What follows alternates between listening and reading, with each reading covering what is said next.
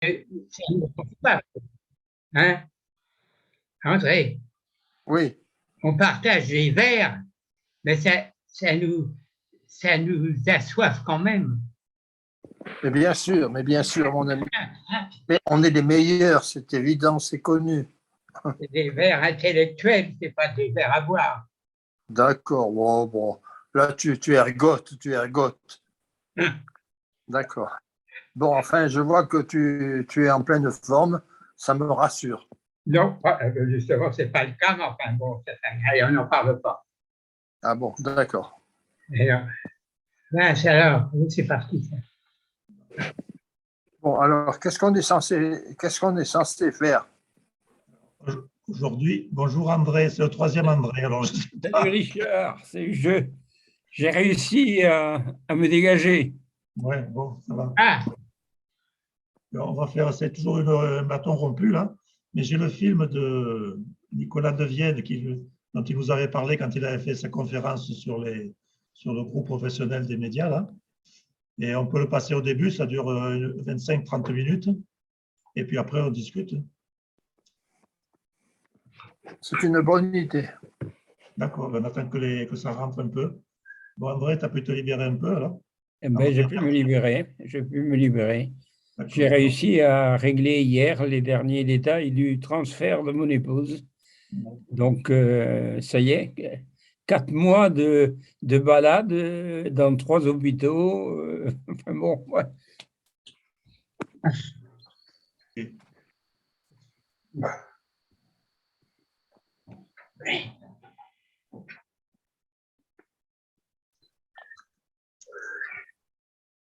Mais je vois les cheveux de Catillon.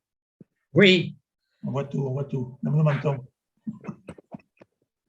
Moi, je vois que la moitié est d'André Sauze. Pourquoi t'es décalé? Voilà. Mais c'est bien là, là c'est bien. Ça va comme ça? Ouais. Oui, oui, c'est bien là. D'accord, d'accord, d'accord. C'est sur quoi, André Sauce? Sur des tablettes ou sur un ordinateur là? À propos de cheveux, je constate que tous qui participent à cette réunion, aux réunions précédentes, ont des cheveux. Je dis ça parce que je suis jaloux, je suis envieux. Tu caches ton crâne là. Mais ça fait rien, j'en suis fier. Oui. Voilà Marc qui arrive. Qu'est-ce qu'il y a? Ils sont trop enfoncés, comme disait. Ah, Bonjour Marc. Bonjour tout le monde. mais André, ne te plains pas. Ça veut dire que ton esprit sort plus facilement. est-ce que tu connais le proverbe qui dit le crâne du chauve est plus près de Dieu? Non. Eh bien, voilà, c'est mon cas. Ça va.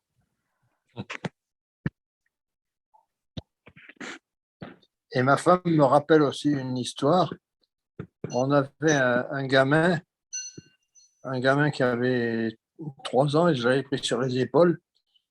Et on lui avait dit, tiens, tiens les cheveux du monsieur.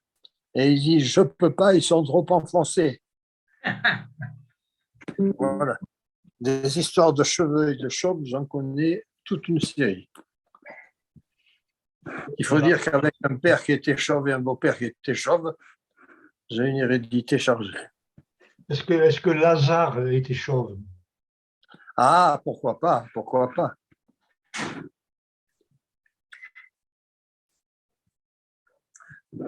Marc, pendant que je t'ai sous la main, là, je te signale que mon histoire de Lazare, moi j'en ai une quinzaine. J'en ai trouvé sans forcer une quinzaine. Donc j'espère que d'autres du groupe ou d'ailleurs m'enverront des histoires, m'écriront pour me dire, moi je sais ce qui s'est passé. J'en connais à propos de Fangio, mais je ne le raconte pas maintenant. Donc je veux dire par là que je suis preneur d'histoires de ce genre.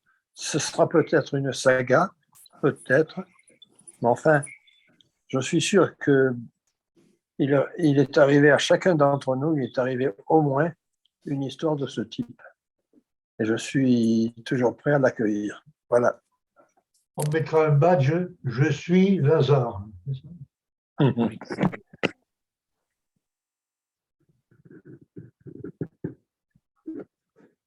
Ah. J'ai un certain mal à rester au milieu de mon image. Ah, mais Denis est allé chez le coiffeur. Vous allez chez le coiffeur, Denis.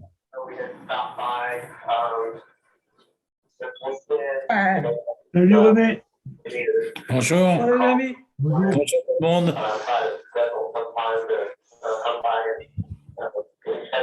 Une seconde, j'ai un problème à résoudre.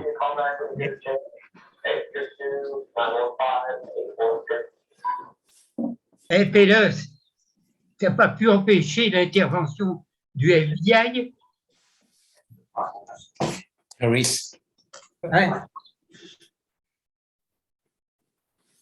Tu n'as pas pu empêcher l'intervention du FBI auprès des archives de Donald Trump. Ah, tu n'entends pas. T'entends René? René Chapelle. Bonjour à tout le monde. Bonjour à tout le monde. Tout le monde, ça va bien? Bonjour. Ça fait plaisir. Ça fait plaisir de vous revoir. C'est un plaisir incroyable pour moi. Et nous, ça fait Voir ces plaisir amis de de vous France. revoir. Et de me sentir encore membre. Après mon problème médical important qui m'a élevé un gros problème mental, mais enfin, disons que ça va, je me sens à peu près bien maintenant. J'ai des connaissances bizarres qui apparaissent de temps à autre. Je dis, ah tiens, c'est spécial ça. Pour vous donner une idée, quand j'étais un petit bébé, ma mère était institutrice, je ne la voyais jamais de toute la journée. Elle a donc trouvé une dame pour s'occuper de moi quand j'étais un petit bébé. Et cette dame avait été jetée d'Espagne et ne connaissait pas un mot de français. Donc, pendant 2 ou 3 ans de ma toute jeunesse, elle ne disait pas un mot de français. Et alors, je ne me rendais pas compte ce qui est arrivé à mon cerveau. Il s'est avéré que 20 ans plus tard, étant en charge de la Société pour l'Espagne et le Portugal, je me suis rendu compte que je comprenais parfaitement l'espagnol et je ne savais pas au début, aucune idée. Et on regarde ça pendant 40 ans, 50 ans. Disons que la dernière fois, lorsque je prenais à la pharmacie mes documents, le gars me dit, je viens d'une usine où on parle que l'espagnol. Alors que je commence à lui parler espagnol, et une bonne femme qui était, ma femme était dernière mois avec un gars qui lui dit, mais d'où il vient ce gars-là? Il vient d'Espagne. Ma femme lui dit, non, c'est un Français. Donc, je vous donne un conseil, écoutez bien, quand vous êtes bébé, peut-être vous allez apprendre quelque chose d'intéressant. C'est un peu tard, hein? C'est un peu tard. Faut qu'on recommence. Le coup d'après, on essaiera le coup d'après. Alors voilà Monsieur Michel Delance. C'est Michel ou c'est Jean? C'est Jean, mais son email, c'est Michel. D'accord. Bonjour Michel. Jean, pardon. Bonjour tout le monde. Bonjour. Bonjour. Je suis un petit peu en retard. Ça va, il arrive encore. Voilà Monsieur Voutier, le Jurassien. Monsieur Voutier. Je disais à ceux qui sont arrivés au début, là, je vous propose moi, de commencer par la vidéo de Nicolas de Vienne, le petit court-métrage qu'il avait fait pour Canal+. Et puis après, on passera aux discussions générales, si vous voulez bien. D'accord. On va attendre encore un peu 2 minutes. Le dernier, Daniel Géry m'a dit qu'il avait un imprévu. Il essaierait de se connecter à son arrivée. Et Denis, bonjour Denis, on est content de te revoir. Salut Richard, moi également. Ah, on est content. Tu ne vois que l'eau. Tu ne vois que l'eau parce que le bar, je ne vous le montre pas, il est matraqué. Voilà. Oui. Bon. Et comme il y a des jeunes filles dans la salle, ça les, quelque part, choquerait. Voilà. Bon. Salut Monique. Salut. Soise. Salut. Ça, c'est le noyau dur qu'on appelle. Oui. Bonjour Denis. Salut toi, André. Tiens, en attendant, Richard, j'avais évoqué il y a deux séances mes aventures avec le numéro 15 et les pompiers qui étaient venus me prendre chez moi ici à Canet. Et aujourd'hui, je reçois un courrier, une liasse de 3 feuilles venant de la République française et qui me demande 8 €. Et j'ai découvert que lorsque les pompiers vous amènent à l'hôpital, ils occupent une place de parking et c'est vous qui la payez. J'ai trouvé ça remarquable. Un chèque de 8 € est parti aux hôpitaux de Perpignan. Voilà. C'est les beautés de l'administration. Comme quoi, il n'y a pas que dans les pays de l'Est où l'administration nous étouffe. Oui. C'est quand même une chance. As-tu vérifié que la sécurité sociale en prend les 80%? Oh, c'est pas exclu. Enfin, si j'ajoute le timbre, la demi-heure qu'a passé mon épouse à rédiger le RIP et le chèque, ça fait lourd l'opération. Oui. Tout ça pour quelque part rappeler qu'on est encore assommé par l'administration. C'est tous les jours que nous en faisons l'expérience. Oui. Ah là là. Et j'avoue que je ne vais pas remuer le couteau dans la plaie de Marc, mais il est lui aussi certainement dans la paperasse administrative actuellement pour essayer de diminuer à 0 l'immeuble qui se prépare chez lui. Oui. T'as qu'à miner le terrain, Marc. On a l'administration que l'on mérite. C'est un vieux proverbe chinois, ça encore. Oui, mais On a l'administration que les autres méritent, mais pas nous. Ben, nous, en général, Voilà. collectivement, oui. Bien sûr, bien sûr.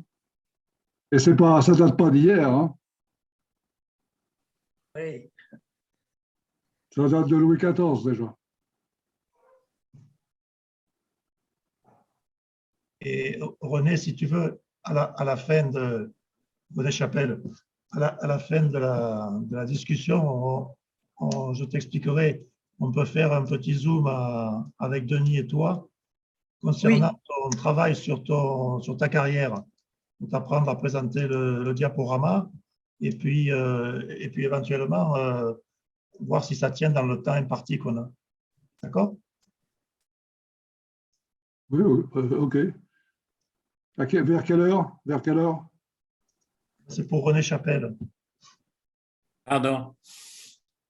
Oui, je J'ai disais, des problèmes d'audition, malheureusement. René, alors, à la fin de la réunion, si tu es d'accord, je t'expliquerai, on fera une petite de ces jours, on prendra rendez-vous pour avoir une réunion Zoom avec Denis Villanove, toi et moi, de façon à travailler sur ton diaporama de carrière. Je vais lui envoyer le lien. Tu es OK, Richard? Voilà. Ok, ben je vais commencer à projeter le petit film de Nicolas de Vienne et puis on discute après si j'arrive à faire ce partage d'écran parce que comme c'est une vidéo avec un code, c'est compliqué. On va y aller.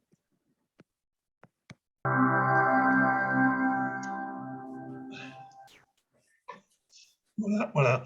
Donc, qui est-ce qui a eu des problèmes avec la vision du film là? Je ne sais pas s'il y a des problèmes, mais j'ai l'impression de ne pas avoir tout compris, moi. Oui, non plus. d'accord, non, ok. Moi non plus. C'est dire l'action, je sais pas, au début on voit que ça se passe en 2040. Donc finalement, c'est une réflexion philosophique sur les déchets. Vous avez vu que les déchets sont devenus une matière commercialisable. Et puis la guerre qui persiste en fond d'histoire.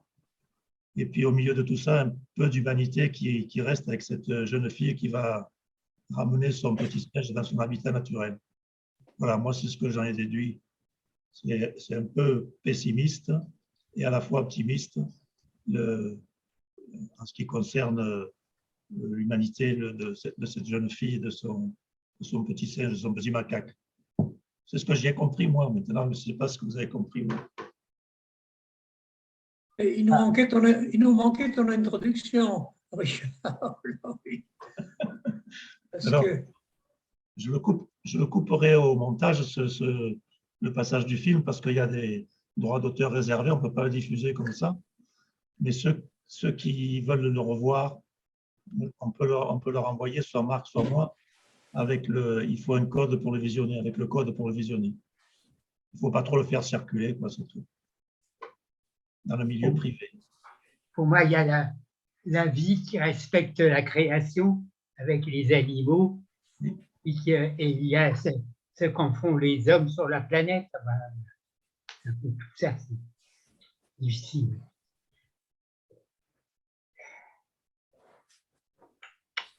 Est-ce que le jeune homme était amoureux de la jeune fille? On dirait oui. Oui, alors je ne sais pas pourquoi ils peuvent.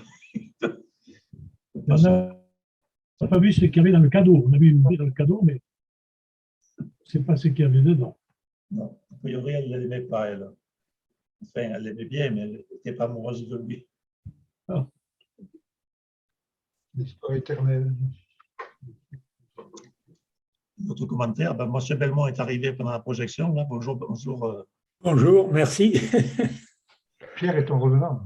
Ouais. Un peu en revenant, mais je suis quand même, je regarde après, mais souvent, je suis occupé, tu sais, j'ai une famille nombreuse et donc beaucoup d'enfants et de petits-enfants, à cette saison, ça m'occupe beaucoup. tu sais, tu peux les amener avec toi dans les 5 cassettes du mardi. Bon, je tâcherai de les convaincre, ils préfèrent plutôt la plage ou, ou d'autres sports, un petit peu ou faire de la voile, que se mettre devant un écran en fin d'après-midi, tu vois. Oui, ça peut nous remettre en cause, nous également, sur les messages qu'on fait passer. On ajoutera un peu de ludique également. Moi, je pense que notre cercle, il doit se reconsidérer au niveau du noyau dur. Ouais. Je ne dis pas qu'il faut qu'il explose, ce noyau dur, on en a besoin, mais il faut qu'il s'élargisse avec des petits électrons périphériques qu'il ne faut pas hésiter à ajouter. Tu veux dire qu'il devrait se rajeunir? Ben, tu as tout compris. Le poids des ans, ben, il faut le rendre comme quelque part tout liquide, tout produit plongé dans un liquide, il reçoit des forces pour remonter dessus, quoi. Oui. Eh oui.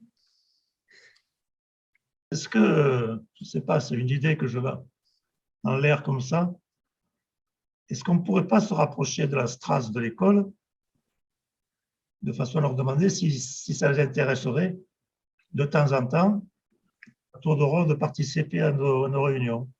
Parce que là, ça apporterait de la jeunesse. Une bonne idée. Oui. Et déjà leur donner envie en les incitant à venir voir dans notre tout l'historique des Zooms. Il y a, j'en parle, je vous avais prévenu parce que maintenant j'ai le temps de les lire tous, il y a une somme d'informations qui intéressent nos jeunes à tous les coups. Oui. Donc il faut peut-être également faire un peu de marketing là-dessus avant qu'ils soient tentés de venir voir ce qui se passe. Voilà un objectif pour l'année prochaine, là, oui. Tout à fait.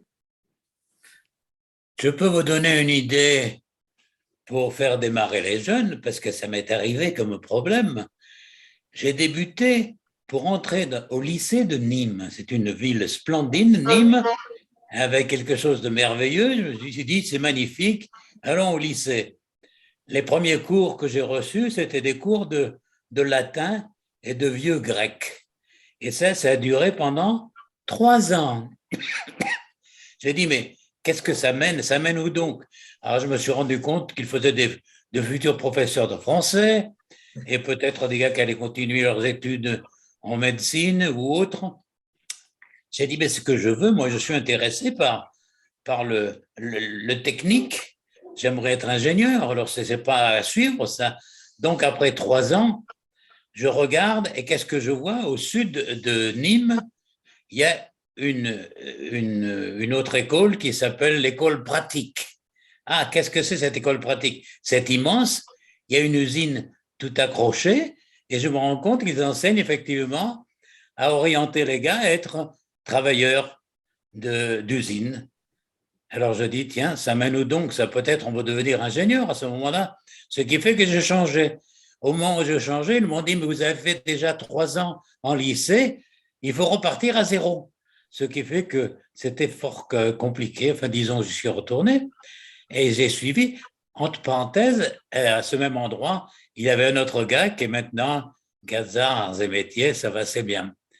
Bon, je suis ça, alors il fallait choisir. Alors il formait soit des gars qui utilisent mécaniquement, soit qui font du forage, du fraisage, construisent des maisons et tout.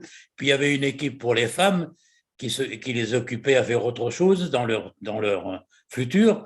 Et je choisis donc faire de la maniement des problèmes mécaniques. Ça a l'air de bien se passer. Disons que nous avons à ce moment-là des professeurs qui sont excellents. Il y a un professeur qui est un mathématicien, qui est un vieux monsieur, qui est tout le monde plein d'alcool, mais qui se maintient à peu près bien, qui n'est pas encore marié, mais avec sa mère. Et puis, il y avait un professeur de chimie qui était une dame sensationnelle, mais vraiment une grosse brute. Et puis, il y avait aussi un professeur de physique qui était un ancien arts et métiers. J'ai dit, ben, ça a l'air bien. Donc, on continue en disant un petit problème intéressant. Ce mathématicien qui m'a enseigné, disons, en école secondaire, il s'est avéré qu'il avait des solutions qui étaient tellement intéressantes que lorsque j'étais aux États-Unis, dans 2 États, par exemple, quand j'étais étudiant à Oklahoma University, il y a un gars qui est venu avec une machine qu'il avait inventée et il me dit, est-ce que vous pourriez me résoudre ce problème? Alors, je résoudre ce problème et rends compte qu'il y a un problème mathématique qu'on m'avait enseigné, je peux l'utiliser, ça marche bien. Je lui dis, vous savez, dans 2 heures, votre machine ne va pas marcher parce qu'il y a un problème d'engrenage. Alors, il me dit, trop tard, je dois présenter ce truc que j'ai inventé au gouverneur de l'État demain, donc impossible d'arrêter tout ça. 2 ou 3 jours plus tard, il revient vers moi et me dit, tu sais, tu avais raison, ça s'est cassé. Alors, écoute, tu restes avec moi, tu me donnes un coup de main, j'ai un avion, on va se balader à droite et à gauche, mais tu vas regarder tous les problèmes de société, de matériel que j'ai inventé pour me dire un petit peu tes conseils. Je croyais que c'était fini. Loin de là. Lorsque j'arrive comme professeur à l'Université de Houston, bien des années à passer, un gars vient me voir, me dit, vous savez, j'ai donné un problème à un mathématicien, parce qu'il y a une église, à cette université, il y a tout un centre de mathématiciens. Ils sont restés dessus pendant 2 ou 3 mois, ils n'ont pas résolu mon problème. Est-ce que tu pourrais faire quelque chose? Alors je regarde, je dis, tiens, c'est bizarre ça. Un petit problème mathématicien d'études secondaires, je peux résoudre ça. Je le résous. C'est pas fini. Ultérieurement, il m'envoie dans une île assez loin du sud d'Amérique. Et là, il y a un cours qui est donné. On me dit, asseyez-vous, regardez comment ça se passe. Je me rends compte que le professeur s'est cassé la note en faisant de l'ordinateur pendant 1 heure pour résoudre un problème qui est donné à ses étudiants. Je suis assis donc les étudiants, j'écoute, puis je regarde, je dis, tiens, pour la question qui est demandée, c'est un problème final qui peut se faire manuellement, mais pas du tout par ordinateur. Alors, je leur dis, vous savez, on peut résoudre, pour répondre à la question posée par ce problème, manuellement, en 5 minutes, alors que vous avez passé 1 heure à faire de l'ordinateur. Alors, je pense vers le tableau, en 5 minutes, je résous le problème. Alors, il y a un gars en bout de l'étude qui me dit, oh, c'était facile, mais regardez, il y a un autre problème identique en fin du bouquin, essayons ça. Alors, on essaie ça, et puis je dis, mais ça marche aussi. Donc, très intéressant. Mais que je vous dise un truc très, très important. Lorsque j'ai pris l'examen pour entrer aux arts et métiers, mes parents reçoivent une note disant que j'avais perdu l'examen. Ah bon, j'ai perdu l'examen. Alors, j'avais des amis de la famille qui avaient de grandes usines pour faire du vin. avec pas mal de centres où je travaille. Et puis, tout d'un coup, on me dit, allez immédiatement, donnez un coup de fil à vos parents à Nîmes. Je fonce vers Nîmes. Ma mère me dit, regarde ce document que j'ai reçu des Arts et Métiers. C'était un document dont une partie était écrite à la main. Elle me dit, regarde. Alors, je regarde tous les résultats des différents états de calcul que j'avais passés en écrit, et avec de bons nombres. Elle me dit, regarde le total. Je regarde le total, il y avait une erreur grossière. Le total montrait que j'avais été reçu, et même bien reçu.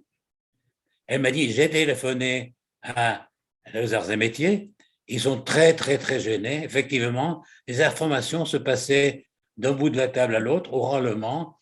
Il y a eu une mauvaise compréhension de ce nombre, donc il a été mal pris. Il y en a un problème, il faut à tout prix que vous passiez l'oral. Mais c'est trop tard, on a envoyé à Paris la liste de ceux qui ont été reçus. Et ce qui fait que votre nom, René Chapelle, n'apparaît pas comme Arts et Métiers reçu.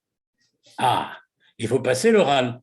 Ah, j'ai dit impeccable. Mais il dit, mais écoutez, nous avons 2 ou 3 autres qui viennent de l'étranger qui vont passer l'oral. Je fonce donc passer l'oral et l'oral se passe merveilleusement bien, ce qui fait qu'après tout, j'ai été accepté, donc je suis Arts et Métiers. Alors, merci beaucoup, mais c'est compréhensible que parfois on peut faire des erreurs, mais même à tout niveau, puisque c'était des ordinateurs, des spécialistes Arts et Métiers qui avaient pris le total erroné. Excusez mon mauvais trajet, mais j'ai une foule d'autres problèmes dont je ne vous parlerai pas. La plupart des choses que j'avais ça sur des photos. Ma vie est pleine de photos qui sont intéressantes à voir, mais je ne savais pas comment le présenter. Donc, vous recevez 2 petits trucs, je trouve très simples. Il y a d'autres trucs très intéressants. Par exemple, vous voyez, je vous dis, au moins, je ne vous donnerai pas la raison, à moins que vous ne voyez les photos. Un jour, on me donne la position de grand patron, de directeur d'une immense usine, et pas une usine pour fabriquer, une usine médicale à Los Angeles. Je vous raconterai comment c'est venu quand vous me permettrez de vous montrer mes photos. Allez, au revoir à tous. Ok. Oui, d'accord. Bien, te voilà, René, bien préparé pour ta conférence qui va venir dans 3 semaines. Bravo. C'est un bon training, ça. Félicitations. Ah bon? Merci, Denis. OK. Alors, d'autres nouvelles? Monsieur Moutonnet est arrivé, j'ai vu la… Oui, ça y est, je suis arrivé à mon… Il fallait simplement que je mette mon application Zoom à jour. Ah, ah bon. Alors là, j'ai mis à jour, ça a pris un certain temps, et puis voilà, maintenant j'ai pu me connecter. Bon, tu as quitté les alpages. Oui, on a quitté les alpages, on est revenu à Aix, alors on a été un peu replongé dans la chaleur qu'on avait un peu oublié, quoi, puis voilà. Oui. Enfin, on s'y refait, on a ouvert grand les fenêtres hier soir, et puis… Toutes les semaines, on nous dit qu'on n'en a plus que pour 1 semaine. Oui, chaque semaine, c'est renvoyé. On en est à la 4e vague, je crois. Comme le Covid, quoi. Voilà. Bon, il y a André Verdier qui est parmi nous, qui était absent depuis quelques semaines en raison des problèmes avec Madame Verdier. Oui, en 2 mots, là, je peux répéter ce que j'ai dit tout à fait au début. Voilà 4 mois que j'ai eu, que mon épouse donc, a eu un gros pépin auquel je me préparais parce qu'elle traînait cette maladie d'Alzheimer qui depuis quelques années. Donc, ça s'est traduit par quelques fractures, je dis quelques fractures, dont une dans le premier hôpital où elle est allée, parce qu'elle a été mal surveillée, elle se levait la nuit, elle s'est cassée une jambe. Bon, enfin, tout un truc qui m'a tracassé pendant 4 mois. J'ai fini par réussir à la mener l'établissement EHPAD qui se trouve à, grosso modo, à 2 blocs de maison de chez moi, donc c'est tout à fait à côté. Elle y sera demain matin où je vais aller la recevoir. Donc, je considère que mes périples sont terminés. Les emmerdements, peut-être pas complètement, mais je serai plus disponible. Bien. Richard, est-ce que je peux revenir sur les relations avec les jeunes? Oui. Actuellement, ce qu'il me semble, c'est que les relations entre nos générations et puis les jeunes sont peut-être plus difficiles qu'autrefois. Pourquoi? Parce qu'actuellement, beaucoup de choses, de l'histoire notamment, sont remises en question et qu'il y a une certaine décrédibilisation de ce qui a été, de ce qui était nous, nos valeurs et nos savoirs. Alors, ça, c'est un peu la culture woke. C'est une nouvelle vague qui vient des États-Unis. Je ne pense pas qu'il faille y participer, mais il faut quand même comprendre ce qu'il y a derrière et que ce n'est pas totalement faux. Je voudrais juste donner un exemple. Il n'y a pas très longtemps, la statue de Schellcher a été déboulonnée à la Martinique, à Fort-de-France. Bon, c'est choquant. Schellcher, c'est celui, on nous l'a toujours appris à l'école, et qui a supprimé l'esclavage, aboli l'esclavage, comme on dit, c'est le terme, à la Martinique. Mais il y a un aspect derrière que l'on n'évoque pas. C'est que l'abolition de l'esclavage par les Anglais, par les Français, et ensuite par la guerre de sécession, ont été faites de plusieurs manières. Les Anglais ont nationalisé en quelque sorte, on dirait ça aujourd'hui, ils ont payé très cher pour que l'État, le royaume, rachète les esclaves. Ils ont enrichi les propriétaires d'esclaves sans rien apporter aux esclaves. Ça a été le cas à la Martinique. Le gouvernement français a payé moins cher que ne payaient les Anglais, mais en attendant, les esclaves ont été libérés, et puis le lendemain, dans des marchés aussi petits, des marchés du travail, j'entends, aussi petits qu'une île comme la Martinique ou la Guadeloupe, eh bien, ils sont retournés le lendemain travailler sur la plantation. Ils ont reçu un salaire. Mais par contre, le planteur, lui, il a gagné beaucoup d'argent. Et toute la différence avec les États-Unis, c'est que le Sud avait un peu plus de 4 millions d'esclaves pour 4 millions de Blancs, mais seulement en gros 200 000 véritables propriétaires d'esclaves, parce que c'était les planteurs. Le Nord ne voulait pas se ruiner à racheter, parce qu'un esclave, ça valait cher. À l'époque, c'était des esclaves faits sur place, si je puis dire, puisque l'esclavage était héréditaire.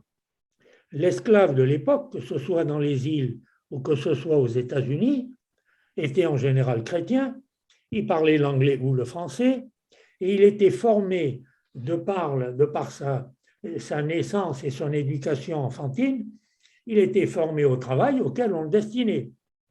Un esclave, ça coûtait cher.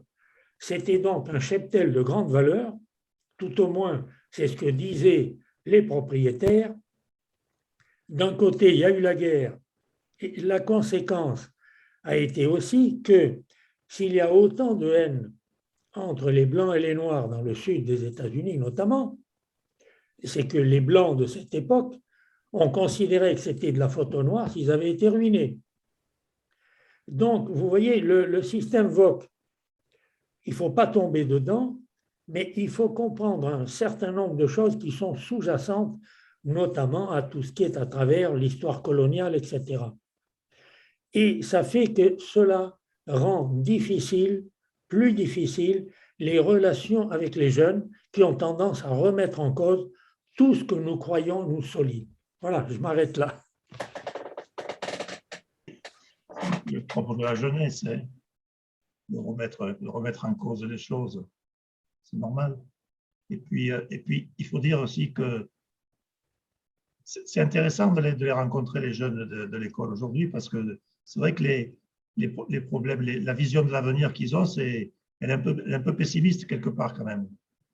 Il y a il y a des consignes qui circulent dans les grandes écoles, dans les universités, dans les grandes écoles, pour dire n'allez pas dans les entreprises qui polluent. Alors que c'est l'inverse. Je ne sais pas si les techniciens ne vont pas dans ces entreprises pour améliorer le fonctionnement, la qualité technique des produits, etc., qui va y aller.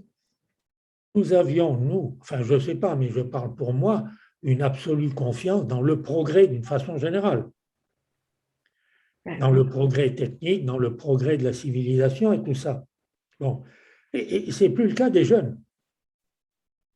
Oui, parce de beaucoup de jeunes. C'est un peu ce que dit Jancovici. Il dit quand on consomme de l'énergie, eh bien, on abîme la planète. Oui. Voilà, c'est un peu la version qui existe. Voilà. Et là, ça rend un petit peu plus difficile. Moi, je suis persuadé que la technique peut encore beaucoup nous apporter, notamment pour régler les problèmes d'énergie et les problèmes de température, si je puis dire. Hein. Et de surpopulation. Un écologiste prêt.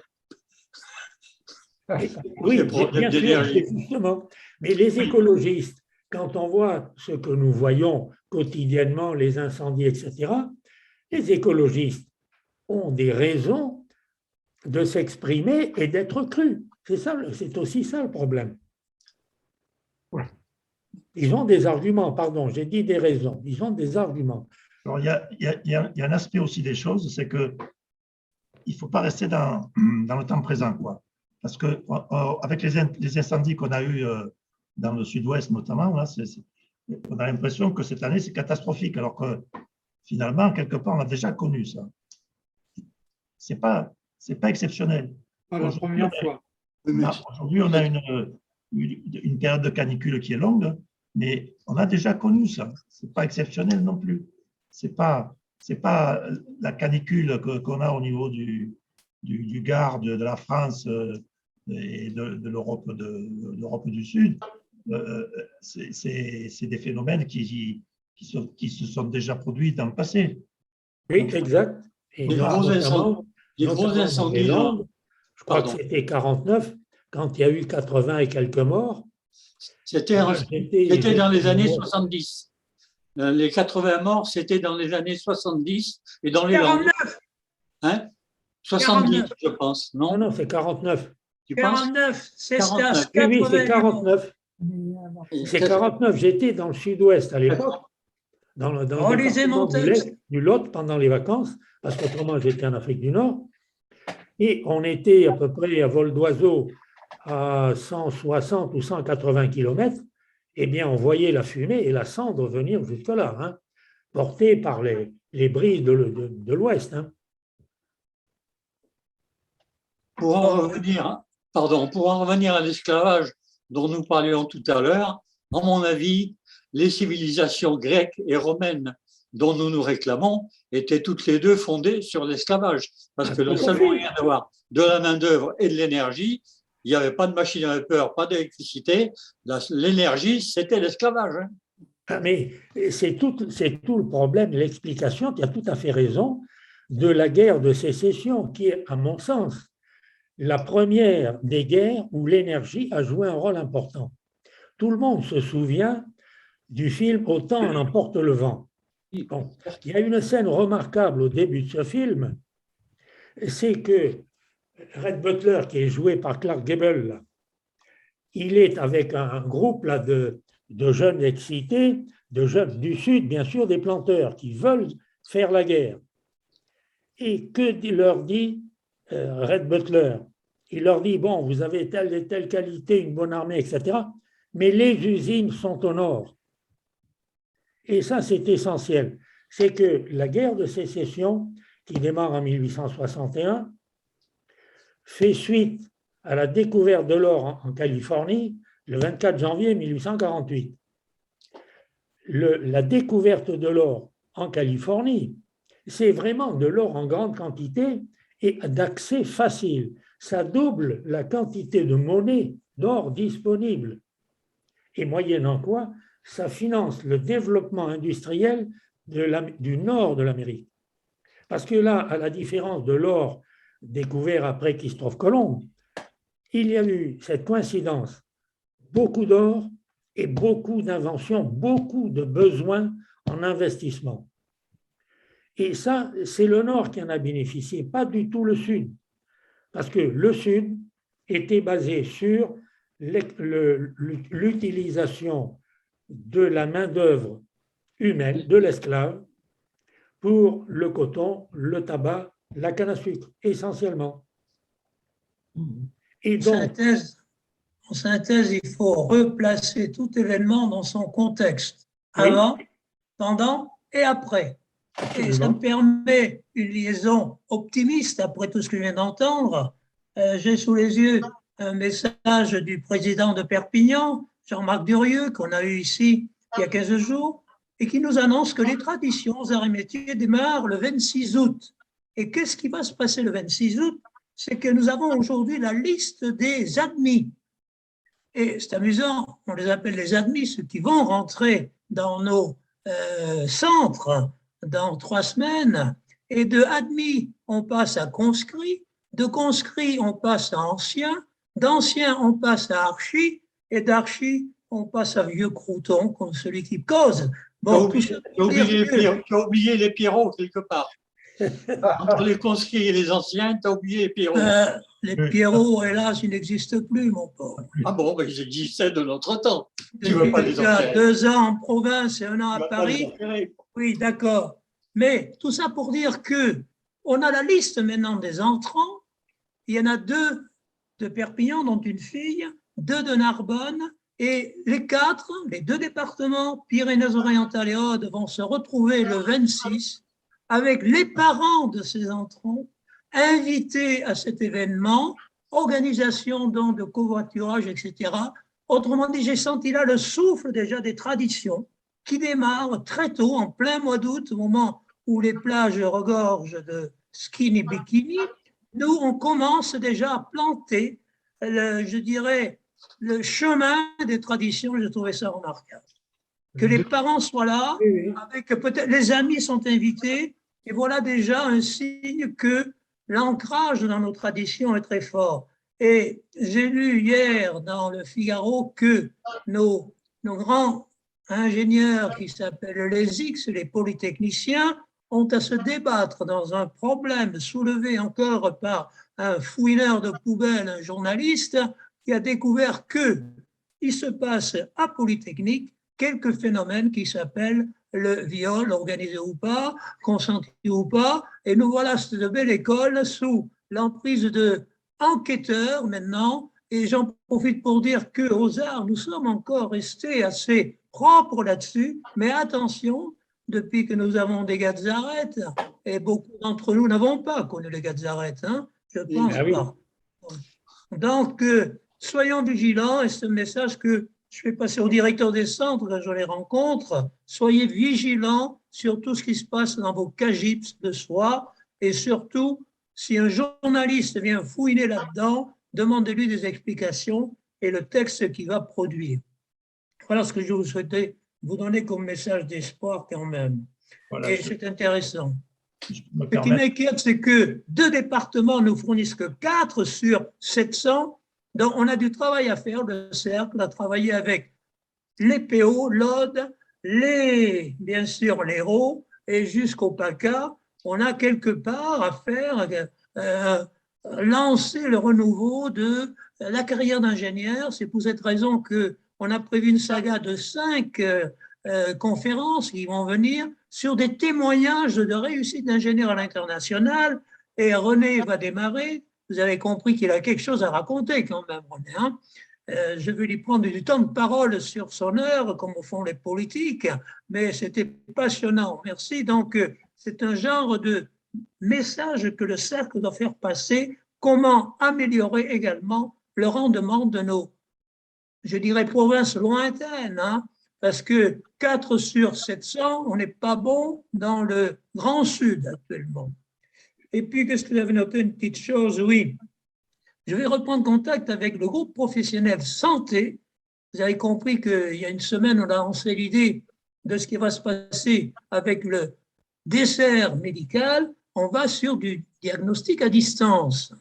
Et pour faire un diagnostic à distance, il faut déjà former, bien sûr, chaque citoyen. Et je vois très bien glisser dans les classes de terminale, peut-être, quelques heures de temps en temps pour évoquer ce qu'est le corps humain, une tension, une supertension, une fibrillation, une température du corps, etc., pour qu'on puisse envoyer un message dans des centres qui vont collecter toutes ces informations, puisque le docteur de famille n'existe plus, afin qu'on puisse avoir des diagnostics et au plan réel, le suivi de ce que je suis, que je suis en train de supporter, on le suit à distance, donc on ne se déplace plus.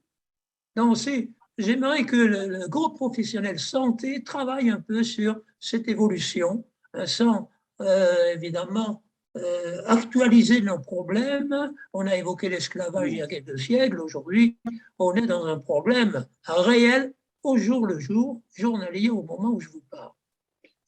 Voilà un peu ce que je souhaitais faire passer comme petite chose, puisque nous sommes à bâton rompu. Et à vous la suite. Si je peux me permettre pour rebondir sur ce que vient de dire Denis, les Gardois, il y a 8 Gardois qui rentrent à l'école d'Aix cette année. Et pour le moment, parce que je crois que la liste n'est pas définitive encore, il me semble. Enfin bref, ils sont 8 et on fait la même manip que Denis, c'est-à-dire le 27. On réunit les conscrits, leurs parents, et dans un restaurant autour d'une bonne... Très bien, très bien. Richard, oui. À Montpellier, on y ajoute les professeurs dans les invités. Oui, nous aussi, on a invité les professeurs de Douada, mais je crois qu'ils ne sont pas dispo cette année, me semble. Quand ils sont disponibles, je crois que c'est une bonne démarche. C'est Serge qui s'en occupe, mais en général, ils viennent, ouais, c'est vrai. Et d'autre part, sur le désert médical, là, les cours que j'ai passés la semaine dernière, théoriquement, c'est vrai que jusqu'en 2025, en ce qui concerne la médecine générale, ça va diminuer.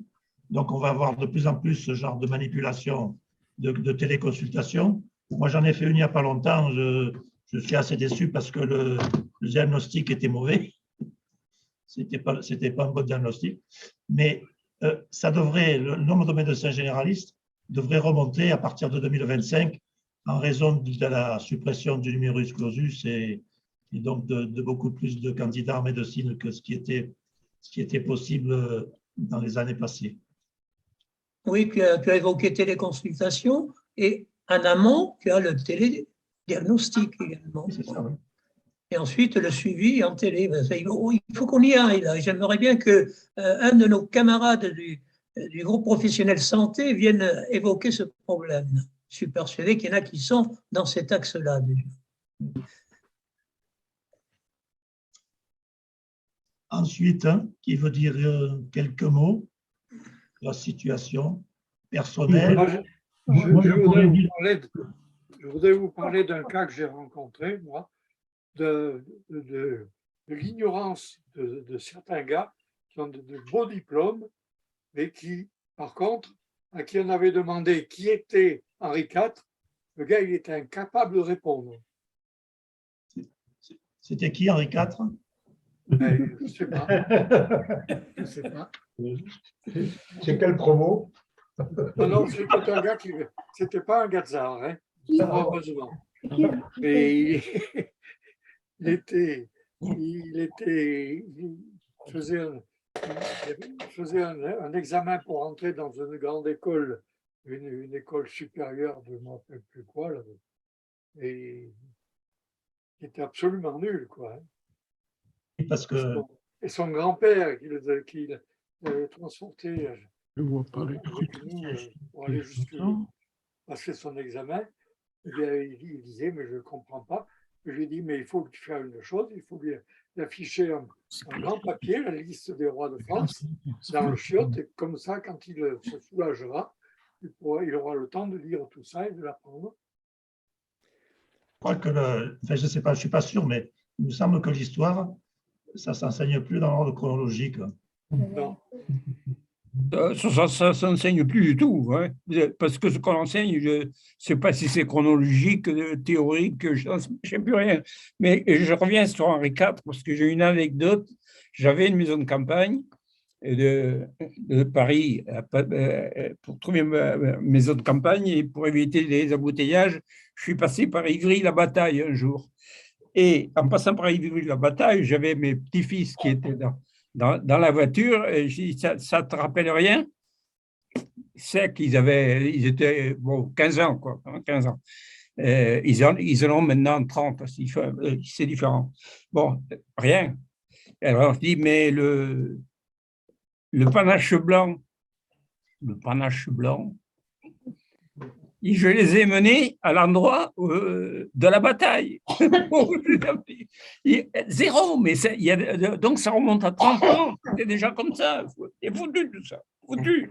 Il n'y a pas d'histoire. Je pense que ça va augmenter parce que la quantité de savoir disponible et accessible dans le monde est tellement immense aujourd'hui qu'il y aura forcément des pans entiers qui ne seront pas connus. Et ça, c'est encore plus vrai dans beaucoup d'autres pays.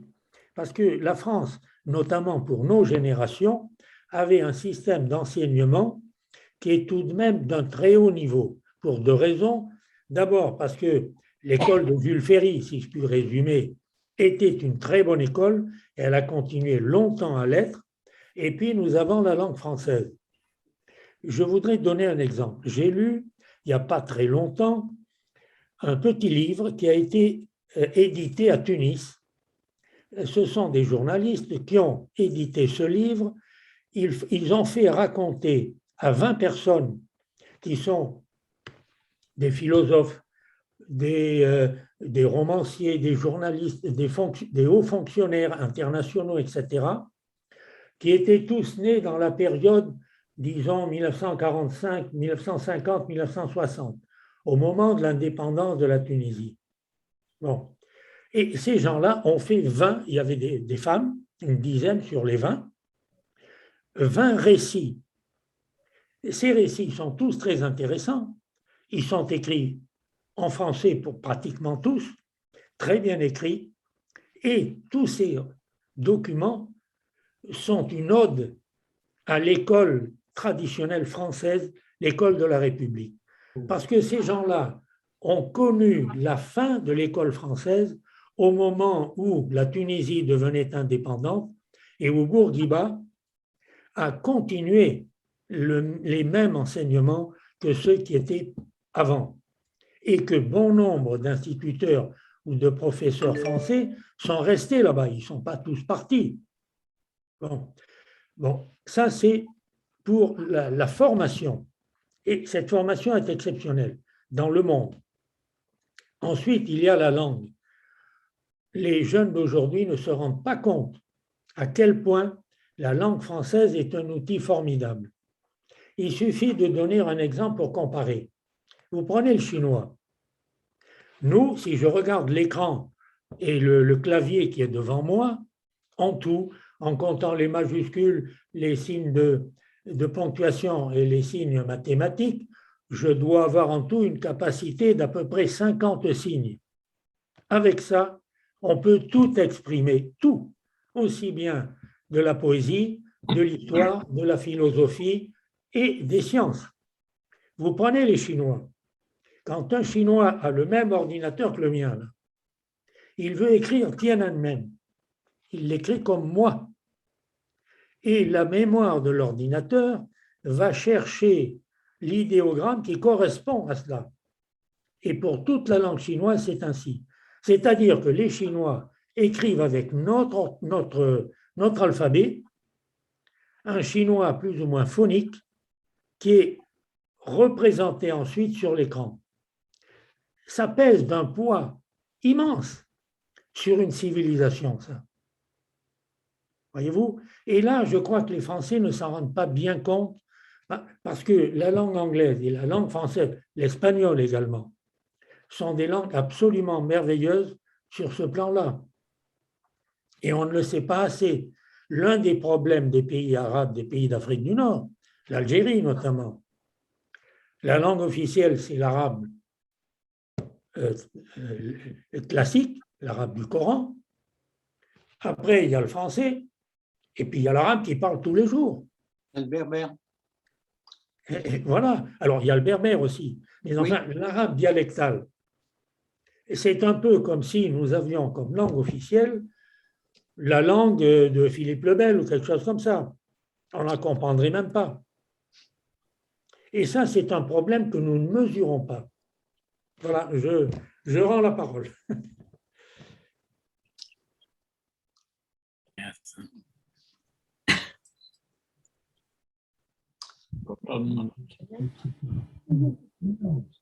Les rescapés du Covid, ça va bien? Les Andriucci. Oui. Oui, je voulais revenir un peu sur le problème du contrôle de la santé, par exemple. Ce qui était à la réunion d'Aix, là, au mois de mai, se souviennent certains que je me suis cassé la figure en voulant m'appuyer sur le dossier d'un banque qui n'avait pas de dossier. J'ai donné un grand coup de coude qui m'a secoué et ma montre a réagi, ça a étonné pas mal de gens, en me disant « Vous venez de faire une chute, voulez-vous que j'appelle les secours ?» J'ai répondu que ce n'était pas nécessaire. À la suite de ça, on m'a demandé de faire peut-être une petite étude là-dessus. Et il m'est arrivé quelque chose la semaine dernière. Le mercredi, de nouveau, ma montre frémit et me dit « Votre fréquence cardiaque est passée en dessous de 40 depuis 20 minutes. » Oh putain. J'ai regardé rapidement sur Internet, ça peut être grave, donc j'ai appelé mon médecin qui tout de suite a regardé et m'a fait changer certains de mes médicaments, m'a convoqué et a refait un nouveau traitement. Autrement dit, on a des moyens. Moi, ma montre, ça fait 3 ans que je l'ai. J'ai mes fréquences cardiaques tous les jours depuis 3 ans. Je peux les rechercher. J'ai aussi la possibilité de me faire, quand je veux, un électrocardiogramme que je peux envoyer par email à mon cardiologue et à qui j'ai montré qui m'a dit ben, votre électrocardiogramme, c'est le même tracé qu'il venait de faire. Bon, je ne peux pas me soigner, mais disons qu'on a quand même des moyens d'être avertis, et même si on est un peu loin des médecins. Voilà. C'est un détail, juste un détail, mais bon. Tu sais sans doute régler ta montre, parce que j'en ai une qui est aussi savante que la tienne, et j'ai jamais su, enfin, je sais voir mon rythme cardiaque, etc., mais elle ne m'appelle pas comme ça. Elle m'a appelé 2 fois. Une fois parce que je m'énervais, elle m'a dit « Est-ce que je peux faire quelque chose pour vous ?» Bon, alors ça m'a calmé tout de suite. Et une autre fois, j'étais dans la rue et je marchais vite. Et elle m'a dit « Je sens que vous faites un exercice, est-ce que vous voulez que je chronomètre ?» Bon, j'ai ralenti, mais je ne sais pas la régler. Elle sait faire des tas de choses, cette montre. Elle me donne la bourse, elle me donne la température extérieure, elle me dit s'il va pleuvoir demain, sauf que les points, c'est terrible, terrible. Est-ce qu'elle donne l'heure? Eh bien, j'ai des difficultés parfois à retrouver le cadran de l'heure. L'heure, je la trouve à peu près, mais le jour, c'est pas sur tous les cadrans. C'est une option, hein. C'est une option. Une option, oui. Et en particulier, elle fait relais de téléphone. C'est-à-dire que si je n'ai pas mon portable à côté, je parle à la montre. Je peux répondre, il y a des mots tout faits. Donc, je reçois un email, je le reçois sur la montre, il y a une réponse toute faite, j'appuie dessus. Non, c'est magnifique, c'est un cadeau. Un cadeau d'un gars qui travaille chez Microsoft, que certains connaissent. Ah oui, oui. Qui s'appelle Laurent. Non, je me marre, mais je me dis, c'est vrai qu'on a des tas de choses. Le problème sera d'apprendre à vraiment le maîtriser. Tout à fait, tout à fait. Mais je crois qu'il y a des choses. Mais j'ai une autre observation sur la télémédecine. Les garçons sont en vacances sur la côte à l'heure actuelle. Ils ont une bricole, etc. Donc, chez le pharmacien, c'est ma belle-fille, va chez le pharmacien et lui demande, le pharmacien il dit, bah, écoutez, il vaudrait mieux quand même que vous fassiez une visite. Mais il dit, une visite où, mais ça va pas être difficile du tout, on va la faire par télévisite. Eh bien, elle avait un poste, la pharmacie avait un Allez-y, poste de rentrez. télévisite, et ils ont fait la télévisite et elle a vendu le médicament immédiatement. C'est un circuit court, oui. Ça devrait être interdit, ça. Hein. Ça devrait être interdit. On ne peut pas en même temps être prescripteur et vendeur. Et ça c'est la déontologie me l'interdit, moi. Non, mais l'appareil du pharmacien, c'est le médecin qui a répondu, ce n'est pas le pharmacien. Et en téléconférence, là, sur un thème qui vous intéresse, puisque vous êtes livreur. L'appareil de téléconsultation qui est en pharmacie, oui. Tu as un médecin au bout, ce n'est pas le pharmacien qui fait le… Non, mais oui, mais c'est le médecin, mais le médecin, il prescrit. Oui. Et le pharmacien, il est là sur place, il vend. Voilà, mais tu peux aller ça devrait être interdit, ça. Je le rapproche du contrôle technique, et ça me rappelle ce que j'avais à faire à l'époque. On avait dissocié complètement le contrôle et la réparation. On ne pouvait pas avoir un centre de contrôle dans un atelier de réparation. Ça n'existe pas, ça. C'est interdit. C'est interdit, c'est interdit.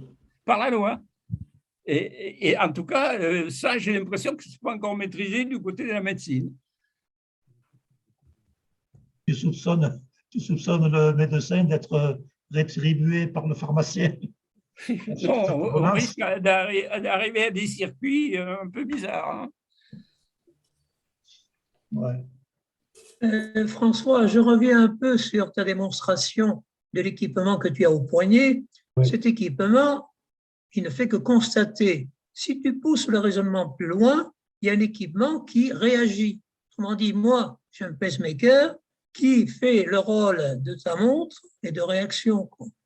C'est une étape au-dessus. Monique a un pacemaker qui, effectivement, mesure en permanence, et là, 24 heures sur 24, son rythme cardiaque. Et quand il y a besoin de rajouter quelques séquences, sans l'avertir, on lui rajoute les séquences nécessaires. C'est vrai, ça, c'est autre chose. Mais c'est implanté, en fait. Mais ta montre n'a pas joué sur ta croissance de la tension. Tu n'es pas passé de 40 à 75 grâce à ta montre. Peut-être grâce à Monique, mais pas grâce à ta montre. Ah oui. Mais j'ai dû amener une photo de Monique pour mettre à jour ma montre. Ben oui, c'est notre meilleur guide.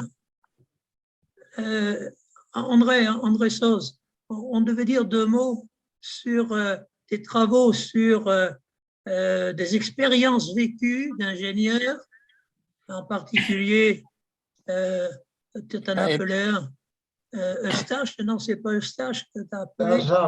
Lazare, oui. D'Arsène Lazare. Oui. Et je pense que tu es dans le bon sens et tu peux t'y préparer parce que je pense qu'en septembre, tu auras droit, tu vas nous offrir plutôt ton expérience de vécu à l'étranger avec quelque part des anecdotes qui frôlent un peu le vaudeville et c'est très bon comme vit le héros qui vit à l'étranger. Simplement, ajoute-y la dimension peut-être familiale. Il n'est pas seul, cet ingénieur de sur la planète. Il a quand même femme, enfant qui suivent quelquefois. C'est le cas d'IBM. Donc, tu peux élargir avec quelque part l'environnement familial, amical, sociopolitique peut-être également. Bon, je t'arrête tout de suite. Je n'ai pas travaillé à l'étranger, mais je connais des gens qui l'ont fait. Et surtout, ce qui m'intéressait, c'est les anecdotes. Autrement dit, je collecte les anecdotes des autres. Moi-même, dans celle que tu as pu lire, je suis à peu près à 17, uniquement avec mon expérience à moi, j'ai trouvé 17 anecdotes à raconter. Ce que je voudrais, c'est que chacun d'entre vous raconte une histoire. Toi-même, Denis, tu en as raconté une qui m'a plu et que je vais intégrer dans mon texte. C'est l'administration qui te réclame 4 euros. Ça, je vais la mettre en forme et je vais la mettre en scène et je la rajouterai à ma liste. Mais s'il y en a d'autres qui ont des exemples de ce genre, je suis preneur. Même s'ils ne savent pas très bien le rédiger ou l'expliquer, je m'en charge et je raconterai l'histoire qui est arrivée. Voilà. Donc, merci de tout ce que vous me raconterez. Voilà, c'est tout. Très bien. Richard, tu pensais faire une petite manip avec René? On le prévoit ce soir ou on se retrouve plus tard? Là, je vois qu'il est parti, René. Il n'est plus là. On va se donner rendez-vous. Je vais vous faire un mail et puis un soir, parce que René, oui, ça fait trop tôt pour lui. Mais on se retrouve un soir dans la semaine, si tu veux, tous les trois, et on regarde ça. Moi, tous mes 5 à 7 sont du béton, tu peux y aller. D'accord. Okay. Je vois avec René, je prends date avec lui et puis je te le dis. Oui. OK. D'accord.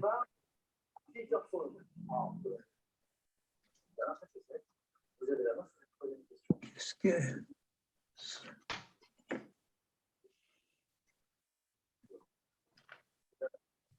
Bon, maintenant je passe.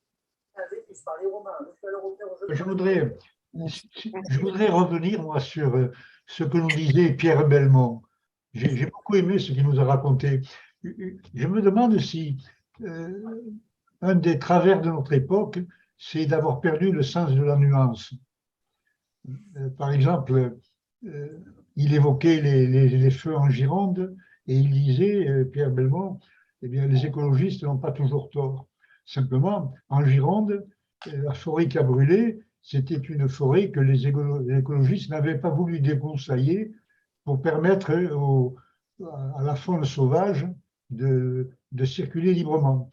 Alors, il y a toujours cette notion de nuance qui nous manque. On le voit, quoi. Dès qu'il y a une idée qui ne rentre pas dans le schéma préétabli que l'on a, eh bien, on a tendance à la rejeter. Et oui, ce qui fait que les pompiers, lorsqu'ils arrivent, parfois ils se font caillasser, comme la gendarmerie, comme on est dans des événements qui nous troublent quand même, hein, comme ceux qui font de la moto sur les trottoirs et qui tuent deux enfants qui se promènent. C'est lamentable, quoi. Il n'y a pas de limite aujourd'hui. Il faut repenser Descartes. On manque de bon sens tout court. C'est du bon sens tout ça. Si les écolos avaient effectivement autorisé le débroussaillage fin comme on l'espérait en Gironde, on n'aurait pas eu ces flammes de 100 mètres de haut, c'est clair. C'est le sens de la nuance. On le voit dans les débats aussi. J'ai jamais vu un débat à la télévision où un des débatteurs aurait dit « Ah bien, ce point-là, vous avez raison, effectivement. » Oui. Parce que tout le monde a de bonnes raisons. Hein. Simplement, oui. On n'accorde pas les mêmes coefficients, c'est tout. Il est rare qu'on entende, mais s'il le dit, c'est peut-être qu'il a raison. C'est fini maintenant. Il le dit parce que ça a l'avantage, parce que derrière, il y a des idées préconçues, il y a ceci, cela. Donc, on va chercher toujours le doute. On le voit avec notre président actuellement, il ne peut rien dire sans qu'on pense que, quelque part, il y a des idées préconçues. Alors que, moi, parfois, je dis, s'il le dit, c'est qu'il a raison de le dire. Et au poste où il est, s'il le dit, c'est que c'est bon à suivre et à faire. Mais c'est rare, comme tu dis, que dans toutes les chaînes, on adopte un ton en positif, pas en négatif. On casse. C'est le débat politique, ça qui est terrible. Ah oui. Oui, mais il se transpose.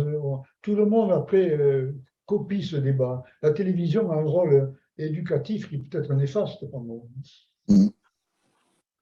Ah oui. il y a le papier qui a écrit sur le régime présidentiel, c'est Daniel Géry. Oui. Hein? Oui. Il fait son papier. Bon, ceci dit, la représentativité pour faire un peu de politique, la représentativité de la Chambre actuelle en France, la proportionnelle totale que semble invoquer Daniel, ça existe dans des pays qui ne sont pas très loin de chez nous. Est-ce que ça marche mieux? Je ne sais pas. Mais quand tu vois le niveau de la tenue à l'Assemblée nationale dans les 3 dernières semaines qu'on vient de vivre, ça vaut le bas, hein, très très bas. Non, mais mon point, Richard, il est un peu différent.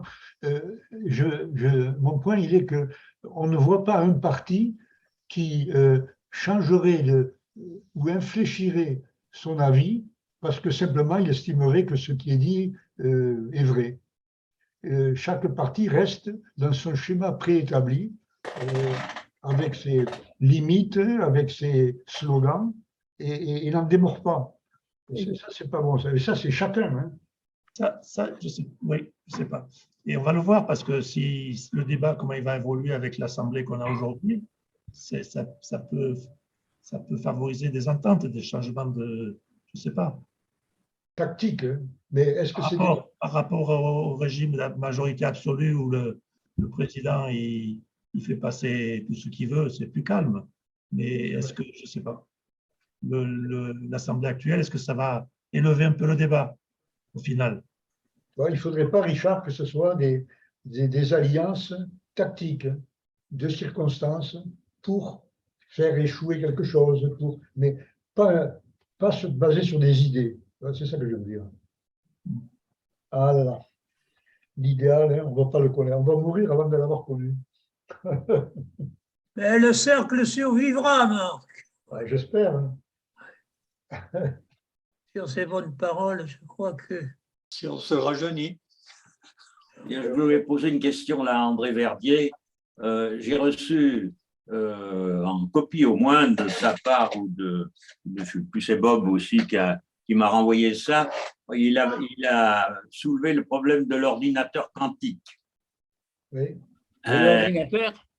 Et ça, moi, je suis là un peu largué là-dedans. Alors, je me demande ce qui nous attend. Bon, alors… en gros. Hein. Non, mais je ne suis pas du tout spécialiste en la matière. Justement, comme je nageais complètement dans des problèmes de Web 3, j'ai lu des tas de choses et j'ai réussi. Enfin, j'ai réussi. J'ai écrit une page en essayant de mettre les 4 idées qui me paraissaient celles qu'il fallait que je retienne. Bon, Marc les a prises et les publie. Là-dessus, il y a des gars qui m'écrivent, qui me disent « je suis largué, le langage est un langage de chinois, je ne comprends plus rien, etc. » Là-dessus arrive un article pêché par Bob sur les ordinateurs quantiques. Alors, à partir de là, moi, ma seule réponse que j'ai faite, tu l'as peut-être lue, oui, j'ai lu. C'est à peu près la même chose, sauf que dans le premier système, on joue au football avec un ballon rond. Oui. Dans l'autre, on joue au rugby avec un ballon qui part dans tous les sens. Autrement dit, les bits d'un côté, c'est des qubits de l'autre côté, et ça ne joue pas du tout de la même façon. Un est binaire et l'autre est multiplié par X. Alors, je dis, à partir de là, moi non plus, je lâche les rênes et puis j'attends que ça passe. Je ne comprends plus rien. Moi, tout ça, ça me dépasse. Tout ça, ça me dépasse, mais je voudrais savoir quelque chose. Est-ce que quelqu'un a des nouvelles du beluga? Le beluga? On va le sauver. On va l'éviter. Est-ce que c'est bon à manger? Ça peut. Le caviar, oui. Une baleine, hein, c'est une baleine blanche, c'est une baleine. Mais on a dit ce matin, je crois, il a l'air un peu mieux, il a l'air d'être un peu avec des vitamines. Ah oui, et que comme il était question de l'euthanasie, puisqu'il souffrait, il n'en est plus question parce qu'il va beaucoup mieux. Il a l'air d'aller beaucoup mieux, alors ils vont essayer de le prendre et de le mettre Dans l'océan. Dans son milieu naturel. Comme ça, il nous dans le montre. milieu naturel. C'est tout ce que j'ai à dire. Je crois que Paris était jaloux de Marseille, hein, qui s'est fait bloquer le port par une sardine. Ils ont voulu quand même montrer qu'ils étaient plus forts, hein, plus lourds. Toujours cette rivalité PSG-OM. Ah oui, oui. Ça, il y a quelques Parisiens qui ont de cet avis. Bon. Bon, mais bon, les amis, je vais vous laisser de mon côté. Parce que Philippe, je crois qu'on va se sauver. Avant que tu t'en ailles, Marc. Il faut savoir clore une réunion. Oui. Bonsoir à tous. Marc, tu disais avant que tu t'en ailles. Bonsoir à tout le Bonsoir monde. à tout le monde. Bonsoir À à la tous. semaine prochaine. À tous. Et la semaine prochaine. Bonsoir. Bye bye. Bien. Hasta luego.